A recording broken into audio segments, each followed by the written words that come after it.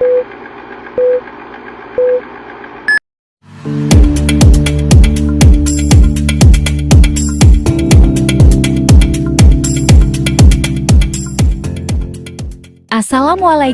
warahmatullahi wabarakatuh. Halo semuanya, di kesempatan kali ini, saya ingin menceritakan sekilas sejarah tentang seorang lama Indonesia yaitu yang berperan dalam pengembangan ilmu agama di Indonesia. Beliau adalah Haji Abdul Malik Karim Amrullah, namun biasa dikenal dengan nama pena Buya Hamka. Beliau lahir pada tanggal 17 Februari tahun 1908 di Nagari Sungai Batang, Kabupaten Agam, Sumatera Barat. Ayahnya bernama Syekh Abdul Karim bin Amrullah, yang dikenal sebagai Haji Rasul. Beliau merupakan pelopor gerakan Islah Tajdid di Minangkabau. Ayahnya juga pendiri Sumatera Tawalib di Padang Panjang, sedangkan ibunya adalah Siti Syafi'ah Tanjung.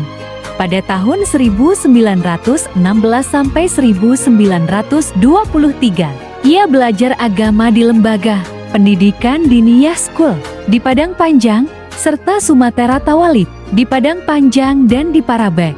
Pada usia 16 tahun ia merantau ke Jawa untuk menimba ilmu tentang gerakan Islam modern kepada H.O.S. Cokroaminoto, Ki Bagus Hadikusumo, R.M. Surjopranoto, dan K.H. Fahrudin. Inilah tokoh-tokoh yang menjadikan beliau sebagai seorang ahli pidato yang handal.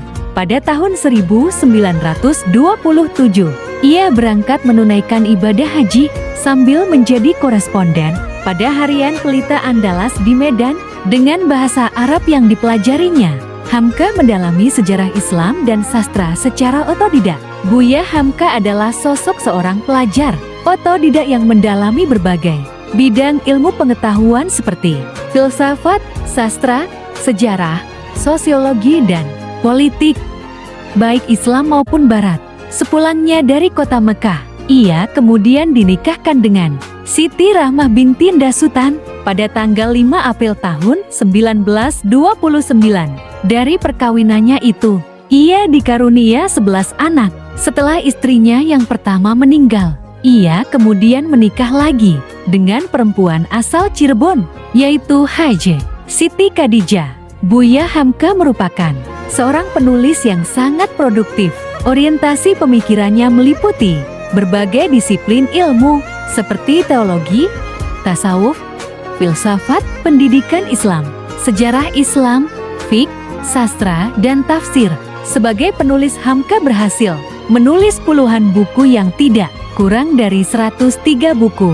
Buya Hamka pernah ditahan selama 2 tahun 4 bulan tanpa proses pengadilan karena dianggap melanggar undang-undang anti subversif melalui Pempres nomor ke-11. Lah dituding terlibat dalam upaya pembunuhan Presiden Soekarno dan Menteri Agama saat itu, Syaifuddin Zuhri.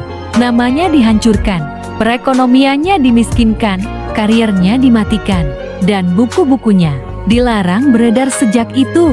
Tetapi, Hamka yang seorang ulama besar Indonesia tidak pernah menyimpan dendam.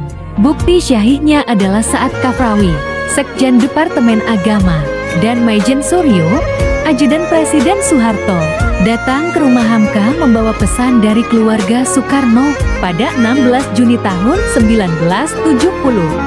Pesannya adalah, Buya Hamka dengan sangat hormat diminta mengimami syalat jenazah Soekarno tanpa berpikir panjang. Ia kemudian melayat ke Wisma Yasong, tempat jenazah Presiden Soekarno disemayamkan. Sesuai wasiat, Buya Hamka pun memimpin syalat jenazah mantan presiden yang pernah memenjarakannya.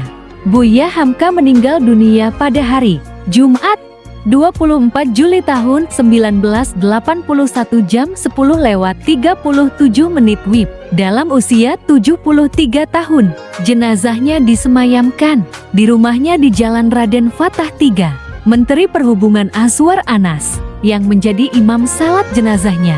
Jenazah Buya Hamka dibawa ke Masjid Agung Al-Azhar dan disyalatkan sekali lagi sebelum dimakamkan di Taman Pemakaman Umum Tanah Kusir, Jakarta Selatan, dipimpin oleh Menteri Agama Alam Syah Ratu Perwira Negara.